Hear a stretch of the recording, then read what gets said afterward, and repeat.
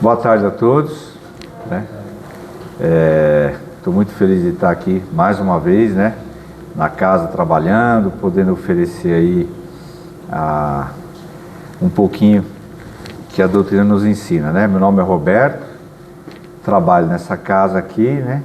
E agradeço a oportunidade dos amigos espirituais também que estão nos visitando aqui, né? Uma oportunidade de conhecê-los e eles nos conhecerem também, né?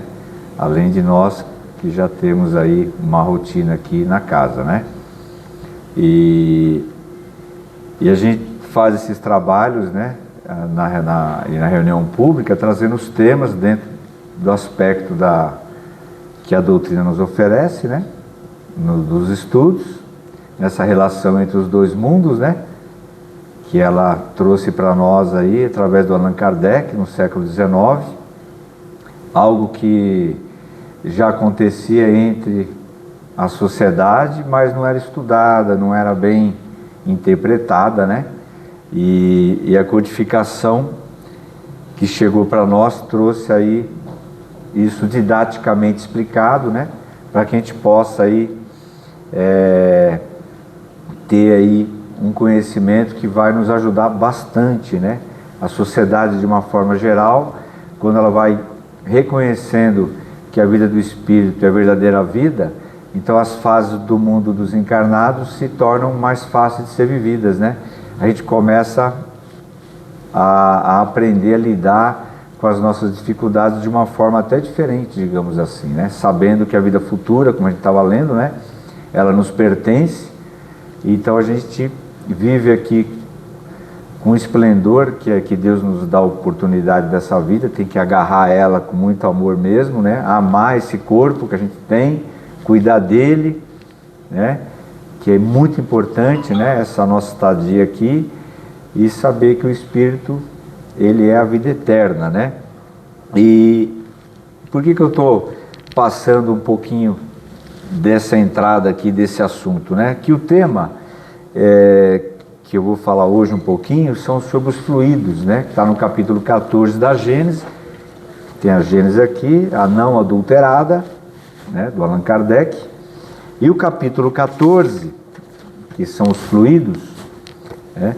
Ele trata mais desse assunto, mas sempre como eu trago aqui, né? Nesses poucos minutos, uns 30 minutos que a gente vai conversar, um pouquinho, trazendo um breve relato desse tópico, que ele é um pouquinho extenso, mas para a gente compreender, né? Primeiramente, nossa, nem sei onde que eu larguei os papéis. Eu estou achando que está lá na mesa, lá. Lá dentro, lá, tem um lá dentro na mesa. Obrigado. Tem uma questão importante, né? Que a gente não vai ler muita coisa, mas a gente vai dar alguns recortezinhos sobre o assunto. A gente fica assim, quando a gente vai ler esse assunto, a gente compara com a nossa vida atual, a vida que a gente vive em sociedade, o que a ciência já nos traz sobre vários conhecimentos, né? Se a ciência trabalha nesse assunto também ou não, né?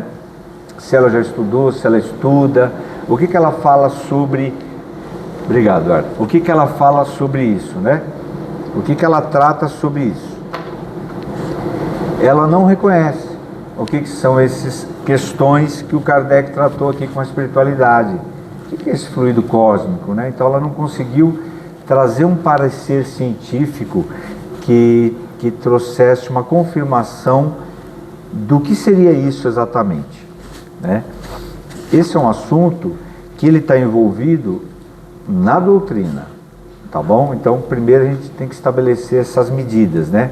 A doutrina da codificação do Espiritismo traz esse assunto nas obras, não só nesse capítulo, né? Quando você vem aqui no Livro dos Médiuns, o Kardec conversa aqui, né? Para vocês terem uma ideia, eu fiz aqui dentro do estudo, né?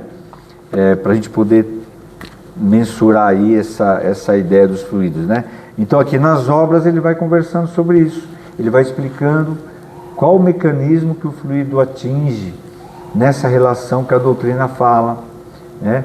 E então para estudar isso, sim, ele usou algumas colocações do planeta, do que a próprio homem já tem de conhecimentos, para poder falar sobre esse assunto, trazendo uma base de compreensão dentro das nossas vidas, né? Porque se ele trouxesse uma palavra, um termo completamente não reconhecido até por nós, a gente fica assim, o que é isso, né?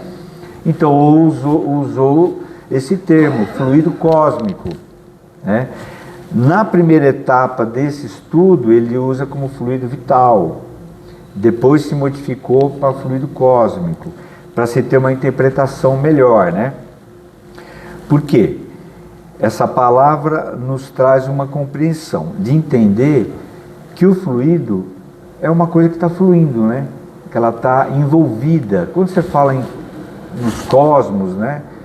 Na parte dessa compreensão planetária do universo, você já imagina assim, caramba, então isso não está só aqui na Terra, só nesse planeta, ele está envolvido no universo inteiro, aonde os espíritos se transportam e vivem a vida espiritual, e também os espíritos vivendo a sua vida de encarnados, como nós aqui no planeta Terra. O fluido está agindo também, então está agindo aqui no universo para a vida do espírito, tanto encarnado quanto na vida de espírito, tá legal? Isso em outros planetas, né? Como Cristo mesmo falou, né? Lembra que ele faz uma citação, né? Na casa do meu pai tem muitas moradas, né? Eu vos estarei esperando. Então a gente fica assim, o que ele quer dizer com isso, né? Quais são essas moradas, onde elas estão? Então as obras nos traz vários relatos, né? Dessa compreensão dos estágios que os planetas ocupam, que nos serve, né, como casa espiritual encarnada, ou até mesmo só como estadia espiritual também. Então o fluido ele é muito importante, né? E eu fiquei, conforme eu estava estudando e pesquisando e lendo sobre esses assuntos, eu também me chamou alguma atenção essa questão. Quando a gente fala assim, cara, mas é só sobre o espírito, a gente não pode esquecer que a ação do espírito sobre a matéria precisa desse fluido, né? Então, para a gente sobreviver aqui, para o espírito poder utilizar o corpo, o fluido ele é de suma importância. Sem ele, não sei como que seria, mas segundo a explicação do Kardec com a espiritualidade, ele que faz as coisas se moverem, ele que faz as coisas se transportarem para o espírito, né? Para a gente poder movimentar. Estou movimentando meus órgãos, estou movimentando meus membros, o corpo, né? Ontem eu estava pensando isso, né? Estava até dirigindo, falei, caramba, o corpo humano, gente, né? A ciência, conforme ela vai ali pesquisando e olhando o corpo humano, fazendo ali as testagens com a vida, usando o corpo como um laboratório orgânico da matéria, o corpo é uma estrutura muito inteligente, onde as coisas se ligam, né? Os rins, o coração, o cérebro, a condução do sistema nervoso, a corrente sanguínea. Então, o corpo é uma construção extremamente inteligente. E para que o espírito utilize esse corpo, nada mais, nada menos de ter algo com essa capacidade de receber durante a sua estadia, a sua vida espiritual nesse corpo, a utilização dele, para você poder se alimentar, para você poder se mover, para você poder se aquecer, para você ter os sentidos, né? Os sentidos necessários para você ter um equilíbrio natural da vida, né? Então, as coisas, quem criou tudo isso, né? O nosso Pai, o nosso Deus, que Ele criou. Um ser inteligente consegue criar a sua inteligência na prática, né? Então nós somos, né, aquilo que o próprio Cristo ele traz uns relatos, né? Eu e o Pai somos um. E o Cristo estava onde? Num corpo orgânico, vivendo a sua vida espiritual. Então ele demonstrou pelos efeitos da vida no corpo, as práticas desse fluido, né? O Cristo exercia uma ferramenta muito intensa, vou usar esse termo, a ferramenta, que é legal, quando você fala em ferramenta, você já imagina, uma chave para soltar um tamanho de parafuso, né? O alicate serve para aquilo. Então, a ferramenta da vida, para nós, que eu utilizo muito isso, ela é de uma finalidade importante para tudo que você faz. Então, o Cristo utilizava a sua vida, e utilizou, para que ele demonstrasse aquela palavrinha pequenininha, curtinha, chamada da fé, né? Que ele fala para nós, né? Tu tens a capacidade, né? Se tiverdes a fé, vós farás igual a mim, muito mais. Então ele vai dando esse toque para nós, né? Onde que está tudo isso, né? Nos fluidos. Então o Cristo, ele tinha uma capacidade, que ele diz que nós vamos conquistar, essa capacidade, né, de podermos fazer as coisas que ele fazia. E o que ele fazia? Ele falou muito de cura, né? Aí a casa espírita tem o passe, né? Você não estava falando, Fernanda? De um passe forte lá que tem na casa, equilibrado, né? Mas a gente pode lembrar que o Cristo fala de você, da sua capacidade. E o fluido fala exatamente disso. A capacidade que nós temos, como Cristo falou também, né? Que isso aqui é uma obra do Cristo, tá, gente? O Consolador é a obra de Jesus. Então ele traz aqui a demonstração do poder fluídico que cada um de nós temos, como espíritos, encarnados ou não. Você tem a capacidade de atrair e utilizar esse fluido ao seu favor, e ao do próximo também, como ele exemplificou, em vários momentos, né? Ele não fala lá para a samaritana, né? Que foi oferecer uma água para ele, começa a bater um papo ali com ela, tal, conversando, né? Ela oferece água, essa água vai matar a minha sede, mas se tu beberes da minha água, não terás mais sede. A mulher, como assim, né? Que água que é esse cara, né? Tá falando o que aqui, né? Então, vai um alerta, né? Da gente estudar a doutrina, para a gente compreender qual que é o objetivo da doutrina. O que ela vai nos ensinar, o que ela vai nos capacitar, para que a gente nos auxilie uns aos outros, né? Quando a gente fala assim, né? Nos ligarmos em oração, faz todo sentido. Você pensou naquela pessoa, alguém pediu sua ajuda,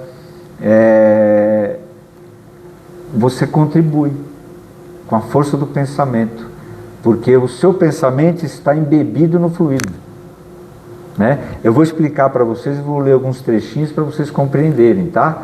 Que afinal de contas, isso que eu aprendi, que eu estou aprendendo, está nas obras, né?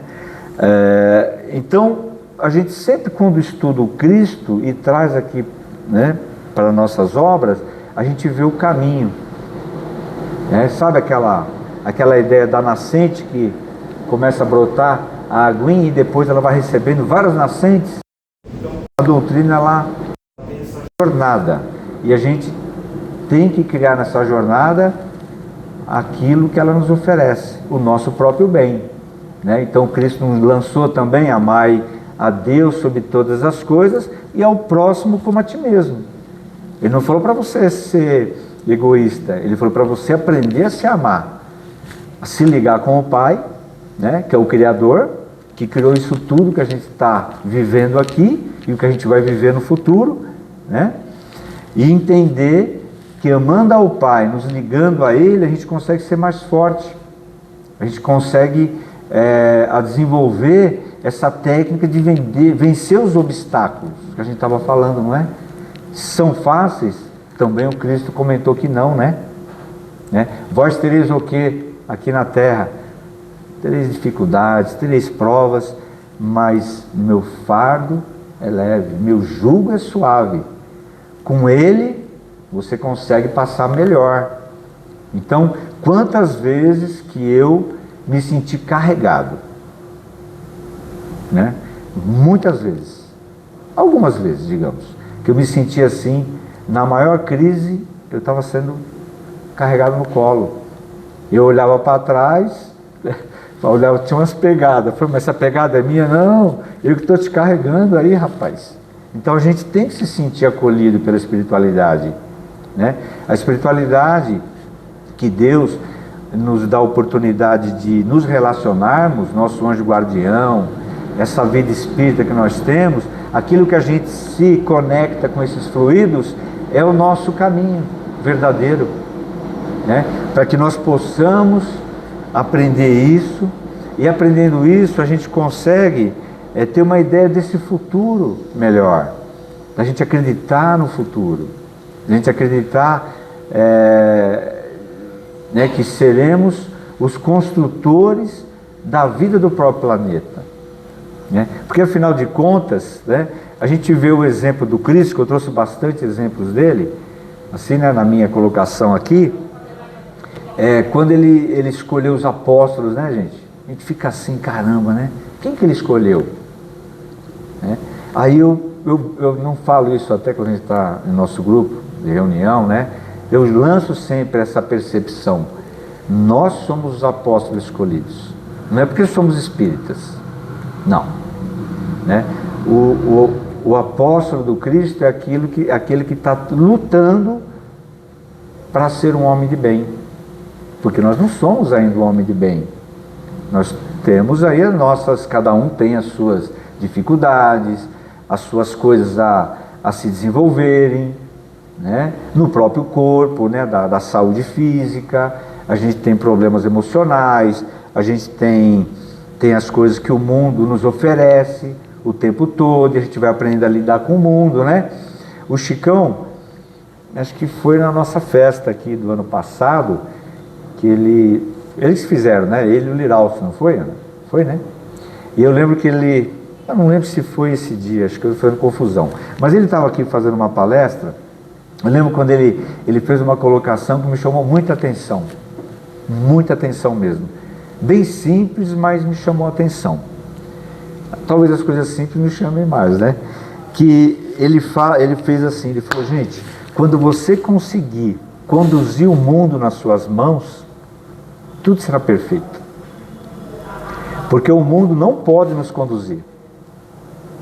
Se o mundo nos conduzir, a gente vai ser chamado para equívocos, para erros, para ganância. A gente assiste a reportagem, a gente vê os noticiários o tempo todo, né? Das pessoas se envolvendo em coisas das mais complexas possíveis, né? Que geram problemas com a própria sociedade, com a parte jurídica, com a parte hospitalar, né? N situações, né? Então a gente tem que lembrar disso. Você vencer o mundo é você carregar o mundo em suas mãos. Você comanda a sua vida, e não o mundo te comandar. O mundo só nos oferece, sabe o que? A oportunidade de viver aqui uma vida feliz. À medida do possível, a doutrina nos explica aqui também, falando sobre isso. Como que você pode viver aqui nesse mundo? Aí os espíritos, né, o Kardec pergunta: como que a gente pode ter uma vida feliz aqui? É possível? Eles respondem, né, no livro dos Espíritos. Eles respondem: você vai ter uma vida aí nesse planeta, dentro das possibilidades você vai ser feliz. Porque não é um mundo feliz aqui, é um mundo de provas e expiações, que vai ter um passo adiante, que a gente vai fazer esse passo acontecer para um mundo de regeneração. Aí a gente vai começar a ver a diminuição de problemas sociais, o egoísmo vai se diminuir, né? Isso tudo vai ser capacitado pelos fluidos que ele está falando aqui, né? Então, para a gente continuar aí dentro desse ambiente, desse estudo, aqui na Gênese, né, o Kardec, ele vai fazendo um relato, né, sobre o fluido cósmico, e o que o fluido cósmico nos dá de capacidade, que eu falei do Cristo, falei da gente conseguir usar o fluido. Esse fluido que está dentro desse ambiente do planeta, não só no planeta, mas no universo, ele é utilizado de acordo com a necessidade do espírito. Então, por exemplo, a gente vive aqui no planeta, existe um fluido que envolve a necessidade limitante do planeta, digamos assim. né? Então, para ele poder viver aqui, esse fluido cósmico te dá sustentação para esse corpo e para as necessidades que você precisa. À medida que você consegue alcançar capacidades maiores de utilização, de atração desse fluido, ele aumenta a sua capacidade.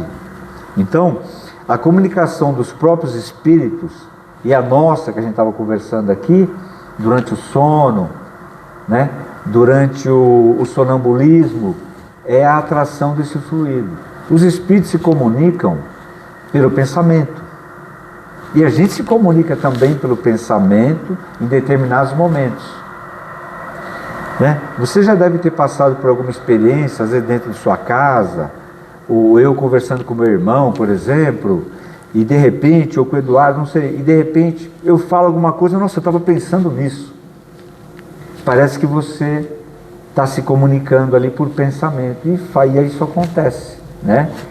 De uma forma diferente para cada um. Então a espiritualidade, ela consegue utilizar esse fluido junto com a gente, pela essa atração, pela comunicação por pensamento. Então o nosso pensamento, como eu estava falando sobre uma pessoa de repente que está, né, não está muito bem de saúde, e você conseguir se unir em pensamento, você vai até ela, né, pelo seu pensamento, ela recebe esse auxílio do plano espiritual, pelos fluidos que fazem parte desse universo, e a espiritualidade amiga também, ela tem a permissão de fazer essa ação junto com você, porque eles se ligam com você, e eles estão prontos para ajudar, e eles vão fazer o que está ao seu alcance, o que é permitido por Deus, né, gente? Porque as coisas da naturalidade da vida do corpo, elas vão seguindo, né? Porque muitas vezes a gente vê as nossas situações, nossa rotina, nossas vidas, né?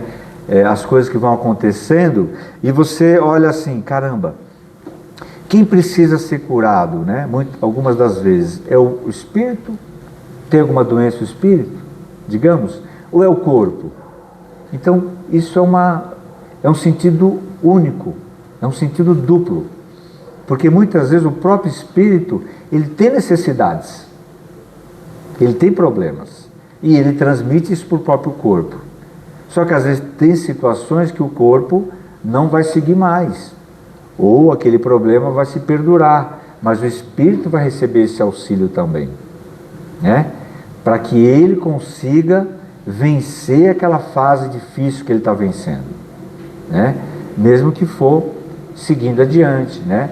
Partindo desse planeta para a vida espiritual, ele recebeu ajuda, ele recebeu entendimento, de alguma forma algo se ligou a ele, né? Para que a gente não fique só olhando para a parte que o Cristo falou muito ali das curas, né? Mas a gente não estava ali no dia seguinte, né, gente? Não é dizendo que o Cristo não deixou isso,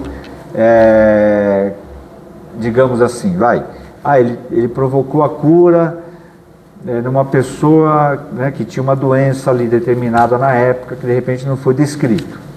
Aí a pessoa ficou curada. Mas quanto tempo ela ficou curada? Quanto tempo ela ficou viva, né? É isso que eu estou querendo dizer. De repente pode ter durado 24 horas, 24 anos, 10 anos, 5 anos, a gente não sabe, né? Ela pode ter sofrido um acidente, né? Ou seja, a cura, ela é relativa para aquele momento e a sua necessidade de quem não está bem. E depois a sequência disso é a continuidade da vida daquele espírito naquele corpo, que a vida continua, né? De repente aquilo se resolve por muito tempo, né? Tem uma questão 4 aqui, só para a gente fazer um recortezinho, do item 4 dos fluidos. Eu vou ler só um trechinho para a gente pegar esse entendimento do Kardec. Os elementos fluídicos do mundo espiritual escapam aos nossos instrumentos de análise e percepção, que é o que eu estava falando. Então, esses fluidos escapam da percepção humana e dos elementos que analisam a ela, que é a própria ciência. Você pode perguntar na internet, na inteligência artificial, a ciência não consegue determinar isso, né? Então aqui já no século XIX, eles trouxeram uma orientação para Kardec. Isso a ciência não vai conseguir determinar onde está, de que forma, que quantidade, qual a massa molecular, como que isso é formado, né? Então ele está explicando aqui para nós. Então foge da nossa percepção e sentidos. Feitos para a matéria, tangível. Então tangível é o que toca, né? Tangível, que está materializado e analisado.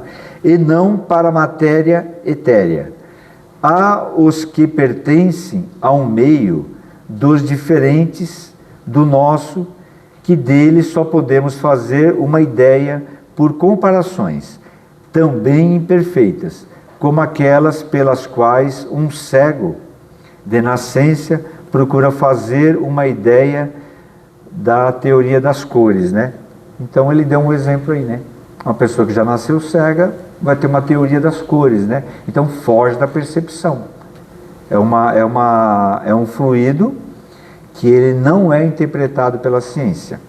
Vai ser um dia? Talvez sim, né?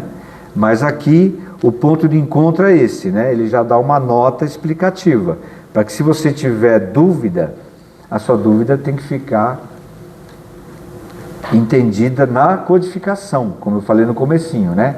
A doutrina espírita explica sobre isso. Aí o Kardec, ele continua aqui, nessa obra que veio antes da Gênesis, que é o Livro dos Médiuns, que está aqui, né? Ele traz também várias perguntas, né? Eu não vou ler todas, talvez eu leia uma ou duas, e ele tem uma comunicação aqui das teorias das manifestações físicas. Então, ele traz aqui nesse tópico os movimentos e suspensões, os fluidos, aumento e diminuição do peso do corpo, que ele fez uma pesquisa aqui também, das materializações. E ele interpretou isso por respostas, né, de um espírito chamado São Luís, né, que ele respondeu para o Kardec. Várias perguntas que o Kardec fez para o espírito São Luís, que é um espírito conhecido aqui no planeta na época. O fluido universal é uma emanação da divindade, né? Então Kardec ele vai a fundo, né, gente? De se preocupar da onde que nasceu isso. Quem inventou? Ele responde, não, da divindade não. Aí vem o quê? A segunda. É uma criação da divindade, então ele já pegou diferente, né? É criação da divindade ou é uma emanação? Quando ele pergunta se é uma criação, tudo é criado, a não ser Deus. Então Deus não foi criado, mas que tudo é criado por Deus. Então já te deixa compreendendo aí que isso foi criado por Deus, para que a vida ocorresse, né? Para a gente continuar aqui, o fluido universal é ao mesmo tempo um elemento universal, que é muito importante da gente comparar o que eu estava falando, né? Se ele é um fluido universal, ao mesmo tempo é um elemento que faz parte da vida, ele vai responder, sim, é o princípio elementar de todas as coisas. Então quando a gente olha assim de todas as coisas, a gente pode imaginar que o movimento dos oceanos, das águas, dos ventos, existe uma emanação em tudo que envolve o fluido. As plantas, os animais, todos os seres, tudo que é vivo emana desse fluido, tudo. E os espíritos, né, que tem os espíritos elementares, né, que nós já estudamos também, que é feito um estudo sobre isso na codificação, que explica sobre esses espíritos elementares, que eles são grandes, vamos usar um termo de equipes, né? São grandes quantidades de espíritos que têm ações nessa construção da vida do próprio planeta, que utilizam desse fluido, para que a vida do planeta também se movimente, né? E para a gente sair daqui dessa leitura e entrar numa outra parte, eu vou ler essa quinta aqui. Qual é o estado em que o fluido universal se apresenta para nós em sua maior simplicidade? Para encontrá-lo em sua simplicidade absoluta, seria preciso remontar até os espíritos puros. Então é complicado, já deu para entender aqui, né? Teria que remontar, teria que entender como que o espírito se tornou puro, né? Vamos continuar aqui na resposta. No vosso mundo é sempre mais ou menos modificado para formar a matéria compacta que os rodeia. Entretanto, podeis dizer que é o estado que se aproxima mais dessa simplicidade, é o fluido que chamais de fluido magnético animal, né? Então você vê que eles vão dando para nós um entorno de uma resposta daquilo que a codificação tratou também sobre o fluido animal, né? Que o Kardec também falou muito sobre isso aqui nas questões da cura, que é um assunto que foi dialogado por Kardec, ele comentando sobre um estudo que houve no século XVIII, de um médico alemão, que falou sobre o magnetismo animal. E o Kardec fala isso nas obras, que o magnetismo animal e o espiritismo são duas irmãs. Uma não funciona sem a outra. E você estudando o magnetismo animal do Mesmer, desse médico alemão, ele fala sobre o sonambulismo, e a gente sabe que a ação mediúnica tem esse envolvimento que ocorre também sobre o fluido, das comunicações, da psicografia, a comunicação pelo pensamento que você recebe, as intuições, né? Então a gente utiliza o fluido o tempo todo, mais do que a gente possa imaginar. E não precisa ser espírita para que isso aconteça. Isso está acontecendo na vida de todos que estão vivendo aqui, de uma forma diferente, de uma compreensão diferente, né? Pode ser a voz de Deus para uns, né? Pode ser a voz de um irmão amigo, né? Então, nesse encontro aqui, que eu fiz esse estudo, eu fiz algumas anotações aqui, né, gente, só para a gente não estender muito,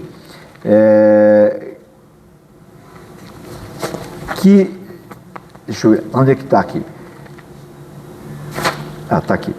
Que existe no livro dos Espíritos, alguns tópicos que o Kardec ele se preocupou em tratar, quando ele fala das considerações da pluralidade das existências. Também ele traz essas considerações, né, da vida universal do próprio Espírito, durante as suas etapas, né, da vida reencarnatória. Então, o fluido é uma ferramenta que te constrói sempre o futuro. Sempre que você olhar esses textos aqui, desse capítulo 14, ele está dizendo da continuidade do espírito na forma dos encarnados e na forma espiritual, né? Que o espírito vai continuar usando essa ferramenta, tá? E aqui na parte 5, né, para a gente estar fechando, né, o ponto de partida do fluido universal é o grau da natureza absoluta, do qual nada pode dar uma ideia do ponto oposto e de sua transformação em matéria tangível. Então, ele continua repetindo aqui, né, que entre esses dois extremos existem inumeráveis transformações que se aproximam mais ou menos de um e de outro. Os fluidos mais próximos da matéria, que por consequência são os menos puros, compõem o que se pode chamar de atmosfera espiritual terrestre. Então você vê que ele dá uma orientação aqui para nós, que ela não é determinada como pureza, e sim como uma condição que o fluido ocorre nos pontos da própria matéria, das ações do Espírito sobre a matéria, né? Não é uma coisa que você vai imaginar que só pertence aos espíritos puros. Não, a gente está utilizando, tá bom? Então esse tópico ele é bem longo, né? Ele é bem legal de ser estudado, né?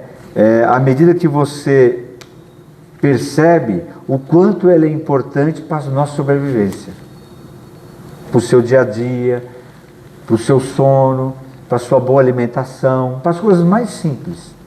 É você sempre usar ele como intercâmbio das coisas que você vai fazer, né? Então, os espíritos, aqui na 8 agora, os espíritos tiram seu perispírito do meio onde se encontram, isto é, esse envoltório é formado dos fluidos ambientais.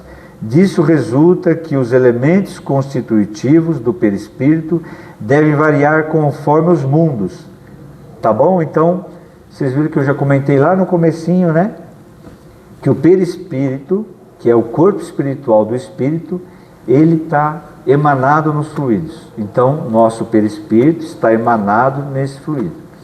E após a vida da matéria, ele continua emanado nesses fluidos.